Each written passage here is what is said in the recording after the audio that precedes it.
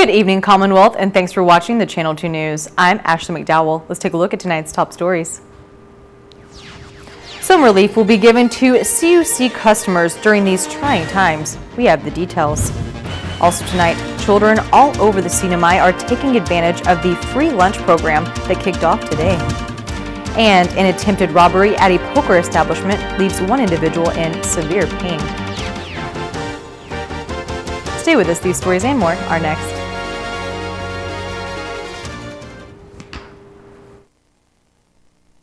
My family is on whole home Wi-Fi powered by Plume. Since we installed the Docomo whole home Wi-Fi, what did you guys notice about it?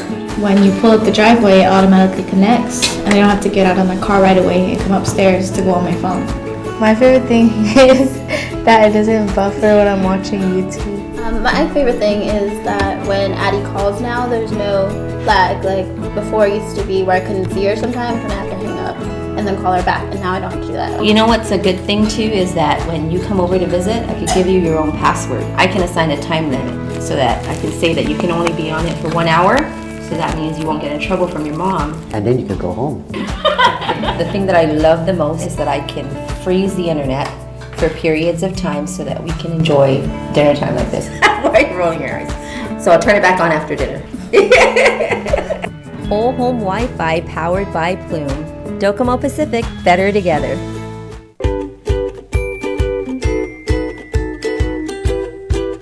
Winigi PHI Pharmacy in Gofadahi, Ihinim Lomo.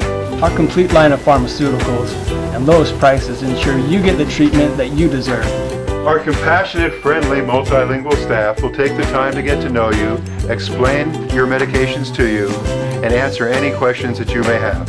Ngere eyor sumaye ukalweres ren, kutsu wayor safeye emal ebalisyu klalyam weres.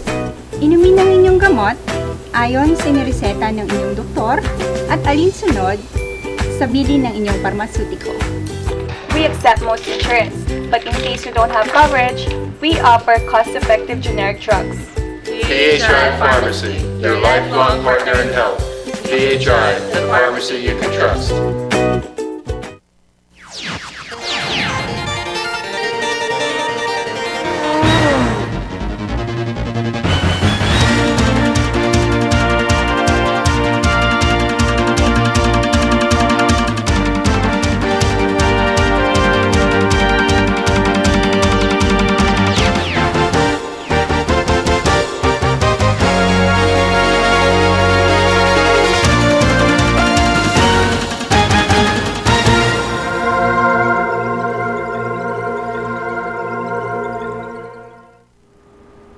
Hafa Day Tirawami and good evening, Commonwealth. Today is Wednesday, March 25th, 2020.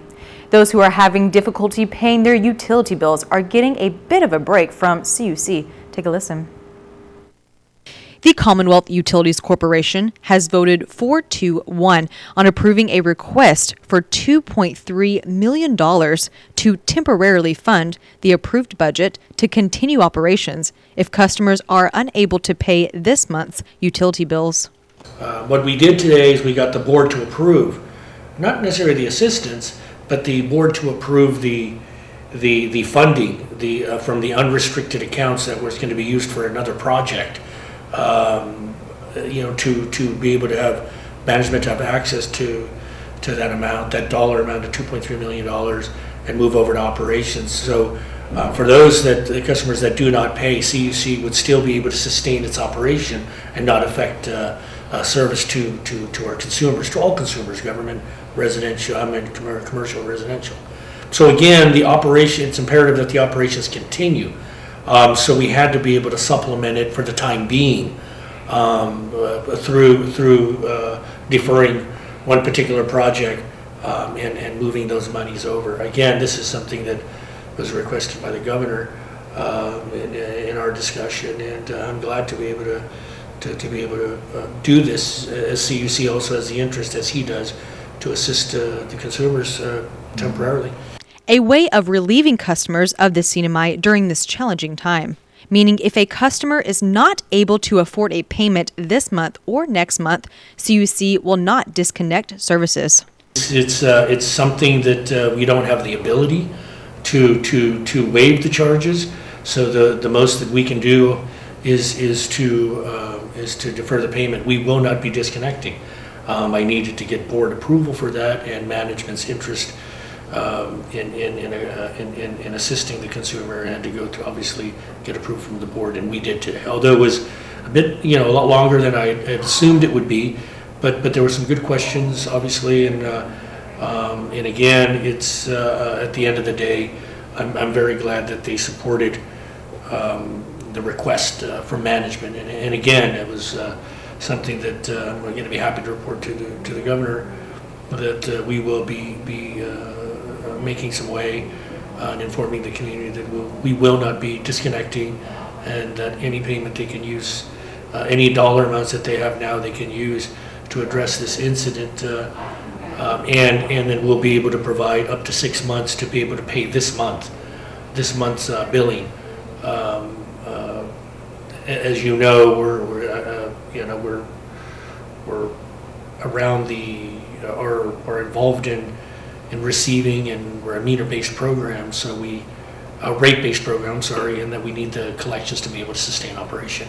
And right now, it's imperative that we do. So again, we must collect at some point. The charges will not be waived for a customer, but will defer 1 month's payment up to 6 months. It's the best way we can help. We have to be able to collect in order to sustain our operation and buy the necessary materials and equipment to be able to ensure that we have water, wastewater, power services.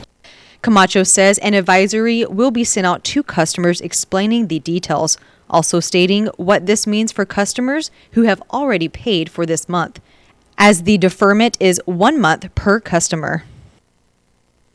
Today is the last day of international flights into the CNMI for quite some time. KSPN speaks with Governor Press Secretary Kevin Bautista on what this means moving forward. Up to date, 25 people have been quarantined after arriving into the CNMI from different destinations that have confirmed cases of COVID-19. Following Governor Torres's directive for mandatory quarantine to any arriving passenger into the CNMI that comes from a destination with a confirmed coronavirus case. Over the last 2 days of the governor's mandatory quarantine, we've quarantined 25 individuals, both returning residents and tourists. They've come from both the United Airlines flight out of Guam and the SkyMark Airline flight out of Narita. The Kanoa Resort is the current destination for quarantining. We have a setup with both Kanoa Resort staff and management, as well as FEMA approval and CHC and COVID-19 task force approval to run the site as a quarantined designated hotel facility. Bautista says the Century Hotel is no longer a quarantining site, but there is a possibility of using the Marianas Beach Resort as another site to quarantine if needed. So we are looking at Marianas Resort. We actually did the feasibility study between CUC and DPL to make sure that the water sanitation levels were up to par to EPA standards, so we can run the facility just like a hotel.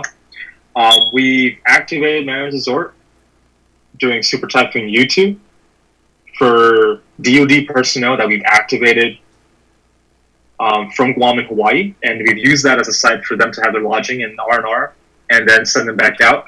For this case, Marianas Resort it is listed as a designated secondary site should the need arise outside of Kanoa. But right now we only have 25 individuals in quarantine for this 14-day mandatory period. The CNMI still has no confirmed cases of the coronavirus, and Bautista says we are still using Guam as a site for testing for COVID-19. So far, we've sent 4 official specimens from the CNMI to Guam for testing. So far, those 4 specimens have come back negative. DPHSS out of Guam Public Health Laboratory officially notifies our CNMI State Health Officer, which in this case would be the CHC CEO, Estramunia, and we get the call every night of any cases that we send out for specimen. So far, we haven't sent a specimen since last week, since the isolated case that we sent, which is that isolated case we had from Central Utah. As of news time, Guam has 32 cases that have tested positive for the coronavirus and 1 death. The remaining 31 confirmed cases are still in isolation, according to the Joint Information Center. Thousands of children today began picking up meals at various distribution points on Saipan, Tinian, and Rhoda. Today marked the first day of food distribution to those ages 18 and under. At Garapan Elementary School, food was prepared and distributed in the parking area of the school. Food items at GES today include an apple, orange, pancake, milk, water, veggies, and a sandwich. Turnout on this first day of food distribution was high. There's a lot. Yeah? Almost bumper to bumper this morning. But you almost finished, so And how many lunches and snacks did you guys prepare today? 800 here in Garapan, sir. Wow. Miss Jen, the supervisor for Barney's Pizza, who is the food vendor for the school, says it was good to see the students. What was the students' reaction today? They're very happy, sir. And they're saying, thank you very much. What are you doing to stay safe while you're passing out the lunches? Pardon, sir? What are you doing to keep yourself safe? You're wearing the mask, I see. Mask and everything. And we do that social distance. The meal distribution is called Grab and Go and services children 18 and under from 9:30 a.m. to 11:30 a.m. The kids need to be present to get the meals and can be accompanied by an adult that drives them in for pickup. Drive-through is encouraged, but a walk-up option is also available. All are asked to observe social distancing and refrain from congregating. All families are encouraged to participate in the program. Locations include GTC, Oleai, Garapan, Southern Cha-Cha, as well as locations on Tinian and Rhoda. An estimated 8,000 lunches were prepared today. And over at Oleai Elementary School, many children came to parking lot to pick up their meals today as well. How do you feel about this lunch program going on for the kids? Very happy because have free food for our kids.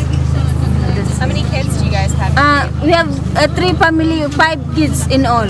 700 meals were prepared at Oleai Elementary School, and around 400 were passed out to children under the age of 18. We're serving a breakfast, snacks, and a lunch in one bag. So it's a lot of good food there that they can be happy to eat with her. With volunteers from different organizations passing out the prepared packages.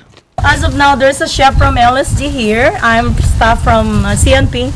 And we have also the group from Triple J, 3 people from Triple J that are also volunteering. The process is simple. They just bring their kids, as long as their kids in their car.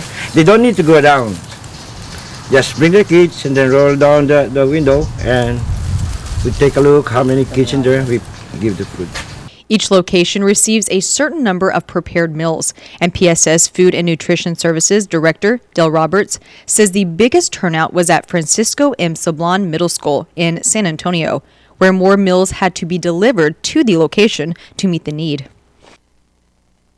Students that attend public schools will be finishing out the year at home. The Commissioner of Education, Dr. Alfred Adda, has extended the closure of schools for the remainder of the school year. It was the school leadership team, the PSS leadership team, and myself. We sat down and we talked about right now everyone feeling safe. We don't have the virus on island. We don't have the virus. We don't have any risk at this time. So it's safer to say let's shut down the school and keep everyone safe rather than reacting to when the virus gets here. So what does this mean for the students? What it means for the students is that the students will have to stay at home, and we will try as soon as we can. Plans are underway to prepare a learning at home packet. Okay. Now, learning at home packet is two ways. There's one, they can do it online, or the other one is that they can go to the school site and pick up the packet. But plans are underway. Right now we are trying to hash that out, have a standard SOP, standard operation procedures, so that to try to follow the guideline of social distancing and making sure it's a quick pick up and drop off. We're trying to follow the executive order rule as well as trying to implement the learning at home program. More than 10,000 PSS students will be affected by the distance education program. Right now, third quarter, we're still exploring how to come up with grades so that we can post them, and so students students will have a grade for that quarter. And then for fourth quarter, that's where the learning at home packet, which begins on possibly April 13th, and implement that across all school grade level. All 20 of the elementary, middle, and high school campuses and the 10 Head Start and Early Head Start centers on Saipan, Tinian, and Rhoda will remain closed until it is safe for students to be back in the classroom. Commissioner Ada has a message to all the students. You know, when the virus came in March 16, we weren't really prepared with all these things that are happening, and we are planning as we go. We're being reactive to the situation. It's sad, and if I can even look at the silver lining above all this, I just want to say to the seniors, we can, 10 years from now, 30 years from now, you can come back and say, yeah, we were the class that had to do a virtual graduation online. And you guys will forever make that history in this lifetime. And so that's how I'm looking at it in the most optimistic way. Commissioner Ada says they are still following the school calendar, where June 15th will be the last day of school for PSS students. Reporting for KSPN, I'm Ashley McDowell.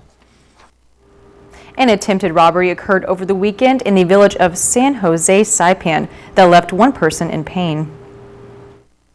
On March 22nd, at about 6:51 a.m., the CNMI Department of Public Safety received a call reporting an injured person at the 888 poker establishment.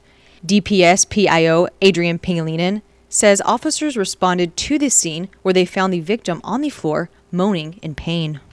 Officers tried to ask, common questions and easy questions, but the woman was unable to answer due to the severity of her injuries, and she was immediately transported to the Commonwealth Healthcare Center where she was admitted. And then from there on, officers did interview people that were near or around the establishment, and then kind of had like a preliminary investigation. And we couldn't ask the victim what had happened because she stated that at that moment in time she blacked out and she couldn't remember anything. Officers were told by witnesses around the establishment that the suspect had asked the victim to cash out his winnings. When the victim walked out of the cashier booth, she was struck by the suspect.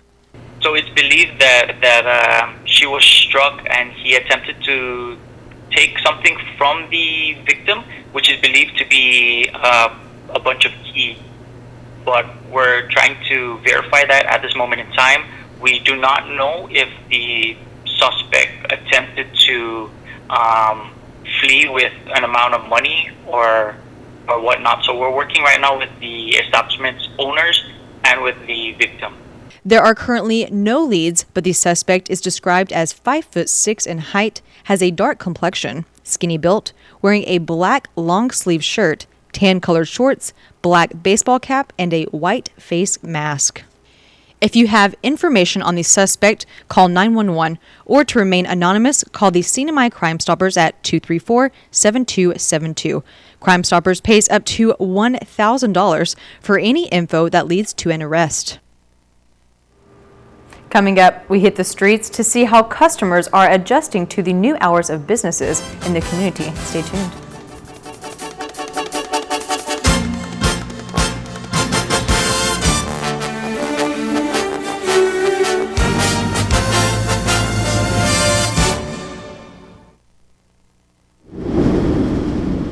Mom, are you sure? What about the shutters? And do you have your medicine? Don't worry about us, love, okay? You take good care of yourself. Hi, my love. Yeah, sorry. The power went out, so I had to light up all the candles.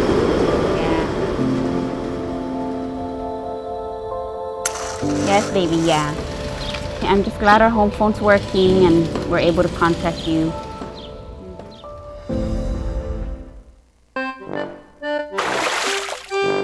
Hey, we know that in life, it happens. And when it does, Dial Rent-to-Own is here to help. Come down and get a new phone today. It's easy. It's quick. We've got Apple and Samsung phones in stock and ready to go. Flush your worries away and come to Dial Rent-to-Own. No credit needed. And ask about how you can save 50% when you pay cash. Dial Rent-to-Own.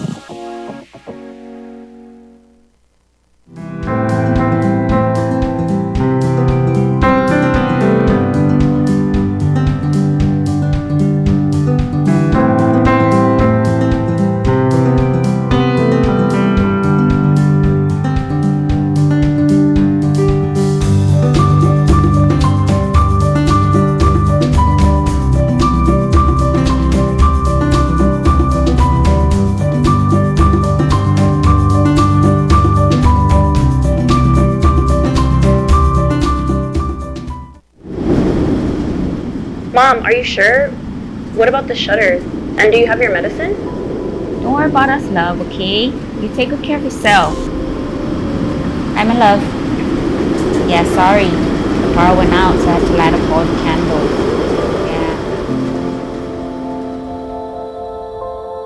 Yeah. Yes, baby, yeah. I'm just glad our home phone's working and we're able to contact you. Welcome back to the Channel 2 News. The Bureau of Motor Vehicles will be extending recently expired driver's license and vehicle registrations with no penalty. On March 16, 2020, the Bureau of Motor Vehicles was temporarily closed due to the government shutdown ordered by Governor Ralph Torres. In light of this, the driver's licenses and vehicle registrations that expired during the temporary closure of BMV will have their expiration dates extended and be granted a waiver without penalty until BMV resumes normal operations. DPS advises individuals with an expired license or vehicle registration to notify your insurance provider right away as a courtesy. Officers conducting patrol are aware of the situation and remain mindful. Our Sally Lemus reports from a local shopping center that has a number of customers adjusting to these new business hours. Today is the first day of the implementation of the Enhanced Social Distancing Directive from Governor Ralph Torres. This allows businesses to operate between the hours of 6 a.m. until 1 p.m. We are here in front of Jotun Shopping Center and we ask shoppers how they feel about this new business schedule. Oh, it's a good idea. We need to protect our Manamco the best we can, and this is a good way to do it, to keep the spread. Yeah. Okay. So does it fit with your schedule, or? I will make it fit. Well, it's good for the employees. You know, they also too have to be concerned with their health and their safety. So, you know, if government's gonna require everyone to stay home, then it works out for the employees themselves. Everyone's safe. I think it's kind of good. I mean, they're taking a good chance at lowering the risk. I mean, I think it's still a high risk that people are out, but like at least it's less that like the businesses are closing because more people are like in their homes instead of out doing other things.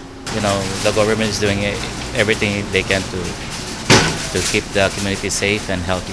I think it's good for more safety. If evening open, maybe it's very dark. I think it's more safety in the morning open.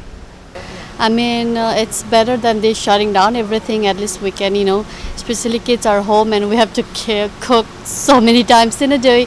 And I'm glad they're doing at least 8 to 1 so we can buy, and it's for safety precautions. So and it's fine. I mean, we have to do, to prevent this virus thing and settle whatever everything goes. I mean, it feels fair because it's for our safety. Well, as a result of the governor's executive order, the company have hit it to the call. I'm sure that most people should do that the same in order for us to stay safe and be cleared of any contagious sickness that is looming upon our clouds. So I'm urging both the Joten family employees and your loved ones to please heed to the governor's call of staying home. If you have no important business out on the street, please stay home. Governor Torres released a statement that says, "We are asking everyone in the Marianas to take this seriously. I know that if we all work together, help each other out, practice proper hygiene, and promote social distancing, we can beat this virus." Reporting for KSPN News, I'm Sally Limis. Stay tuned as we bring you the weather report after the break.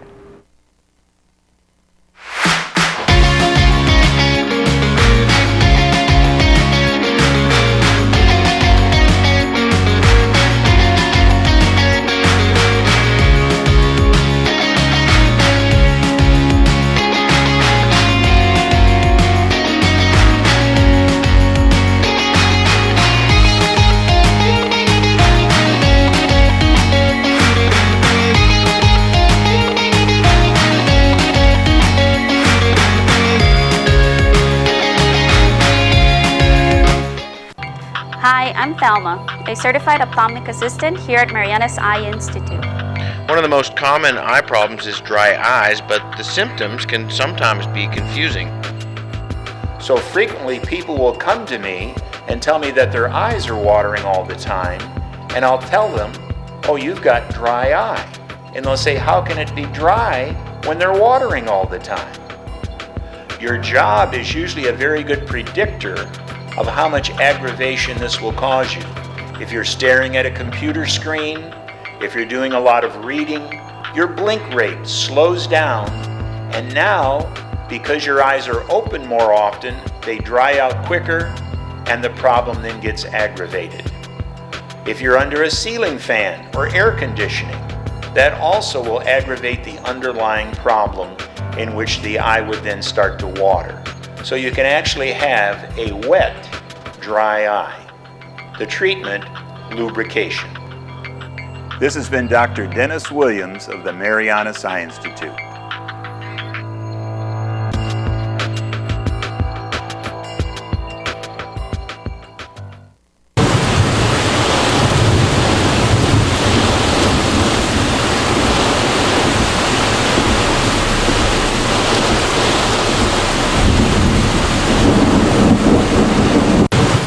My family is on whole home Wi-Fi powered by Plume. Since we installed the Docomo whole home Wi-Fi, what did you guys notice about it?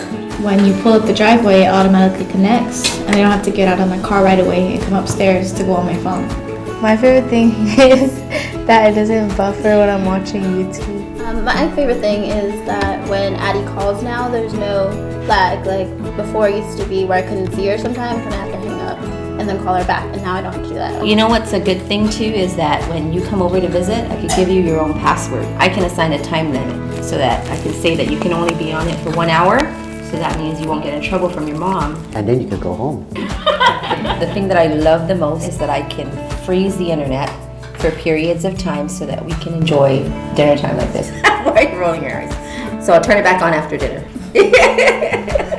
Whole home Wi-Fi powered by Plume. Docomo Pacific, better together. And here is your weather report. today we had a high of 88, a low of 76. Humidity was 66%. Tomorrow, partly cloudy with a chance of isolated showers. East winds 10 to 15 miles per hour.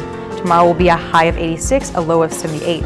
Seas 7 to 8 feet. Sunrise at 6:16 a.m. High tide at 8:31 a.m. Low tide at 2:54 p.m. and sunset at 6:28 p.m. And I just want to say thank you for watching. Have a great rest of your evening. Catch us back here Friday at 6 p.m.